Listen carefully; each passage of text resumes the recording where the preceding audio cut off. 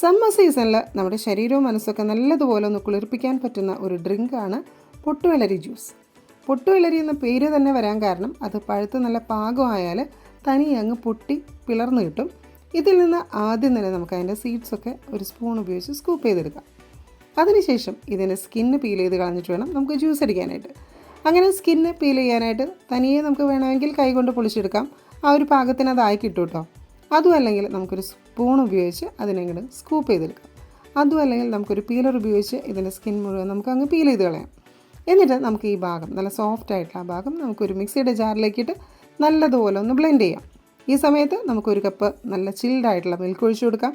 അത് ഓപ്ഷണലാണ്. നിങ്ങൾക്കതിന് പകരം വെള്ളം ഒഴിച്ചാൽ മതി എന്നുണ്ടെങ്കിൽ വെള്ളം ഒഴിക്കാം. അത് കഴിഞ്ഞ് നമുക്കതിലേക്ക് ഒരു 3-4 ടേബിൾ സ്പൂൺ നിങ്ങളുടെ പഞ്ചസാരയുടെ അളവനുസരിച്ച് ഈ പഞ്ചസാര കൂടി ചേർത്ത് നല്ലതുപോലെ ഒന്ന് ബ്ലെൻഡ് ചെയ്തെടുക്കുക.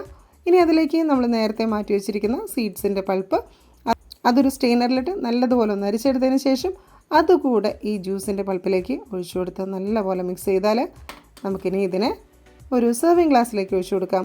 നല്ല ചിൽഡായിട്ടിരിക്കാൻ 2-3 ഐസ് ക്യൂബ്സ് കൂടി ഇട്ടാൽ നമ്മുടെ പൊട്ടുവെള്ളരി ജ്യൂസ് റെഡിയായി.